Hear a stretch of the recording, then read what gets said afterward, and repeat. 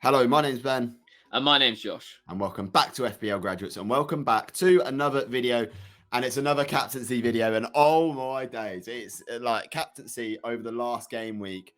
That was sensational, right? And this week, it's wide open again for captaincy. Who's captain? Who not to captain? I think the best captaincy option could potentially be a guy that not really many of us own. Josh, how's it looking for this week in terms of captaincy?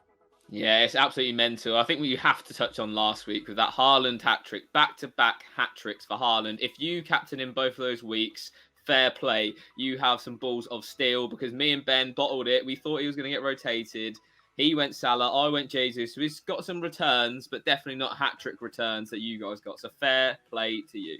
Okay, so we've already started off talking about this bloke, Erling Haaland, as captaincy choice.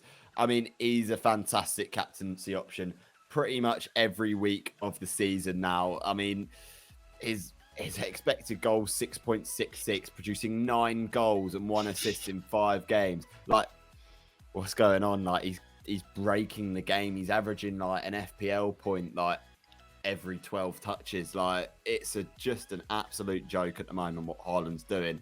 Josh, what are your thoughts on him for captaincy this week against a Villa team who have the 16th worst defence in the league so far this year? Yeah, like everything looks good in terms of the fixture, the player, it all looks good. But then it comes down to that dreaded thing again. Is he going to have enough minutes? And obviously, they've got the Champions League next week. They play Tuesday, 8 o'clock. So the turnaround is from Saturday evening to Tuesday. So it's, not necessarily good. They also play away from home. So they've got to travel to Spain for the fixture. So it all depends whether you think it's just gambling on Pep Roulette, red or black, Haaland play or not play. I don't know what to do. And I don't want to advise anyone to pick him or not pick him because it's just too scary at this stage.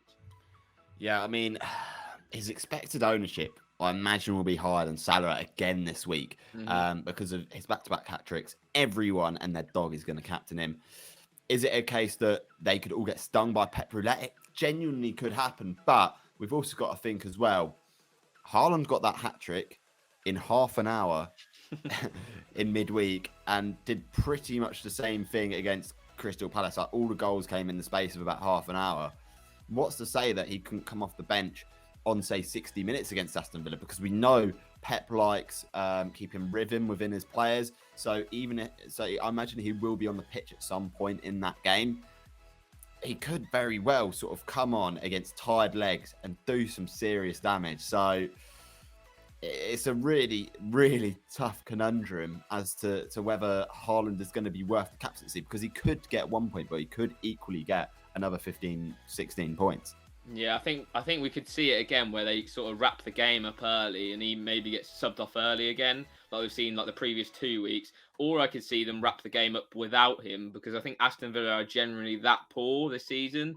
The goal they got against Arsenal was a direct corner goal from Douglas Luiz, so they're not really creating anything going forward. I know they caused them problems last season at the Etihad, but I just don't think they're here this season. I think Gerrard's not really got the group that he wants. Defensively, they've got injuries all over the place. So, yeah, I think the more you think about it, the more you enticed you are to do it. And I wouldn't say it's a bad decision to go for it whatsoever. I think it's a great decision if it pays off. But, is it going to be 3 weeks back-to-back hat tricks? We'll have to wait and see. So, moving on from the Haaland debate, we've got someone who's been a very consistent performer so far this season, but he's just gone massively under the radar because of Erling Haaland. That is Harry Kane. 4 goals, 1 assist, 5 returns in 5 games, only 17% owned at the moment. He's played really well. I think he's been unlucky not to get more returns potentially. He obviously had a penalty saved against Nottingham Forest as well. He's just looked really good. And obviously, if you can afford those 3 premiums, I think it's very viable to go with Harry Kane up top as well. What's your thoughts on Kane been so far this season, Ben?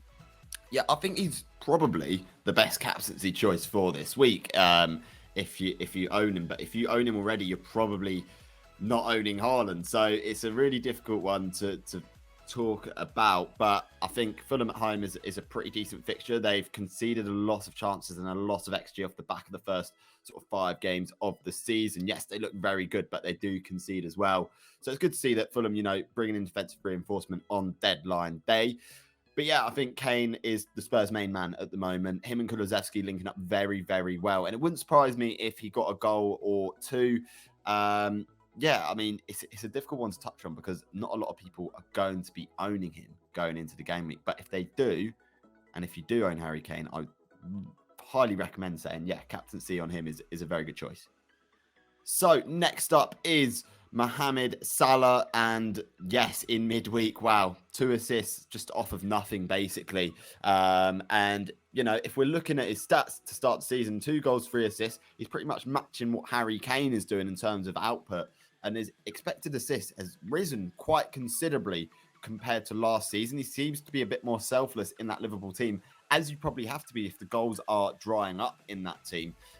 He's still performing well. He's against an Everton team that defensively not that good.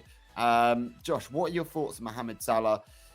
I mean, he's nailed on right to start against Everton this week. Yeah, played 90 minutes 5 times this season. So I think nailedness is not even a question with Mo Salah. He's going to play week in, week out. Everton are actually the worst defensive team in the 3 captaincy shouts that we've got here as well. An expected goals conceded of 8.5 in 5 games is definitely not good.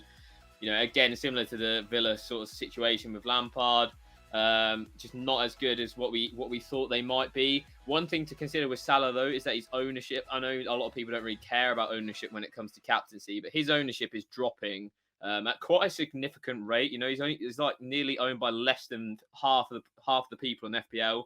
Now we've reached 10 million managers, so I don't think you need to captain Salah as necessity. But if you want to play it safe, like we all did, other than me and Ben did last week, I think he's the best safe option to go for if you're worried about those Haaland minutes.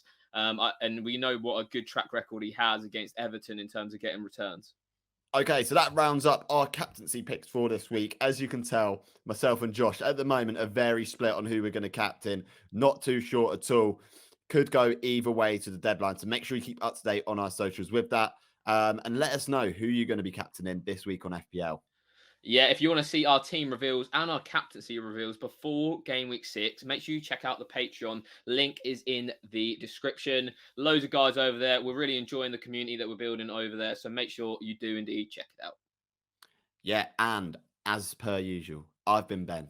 I've been Josh. And we'll see you guys Later. Have a good game week, everyone.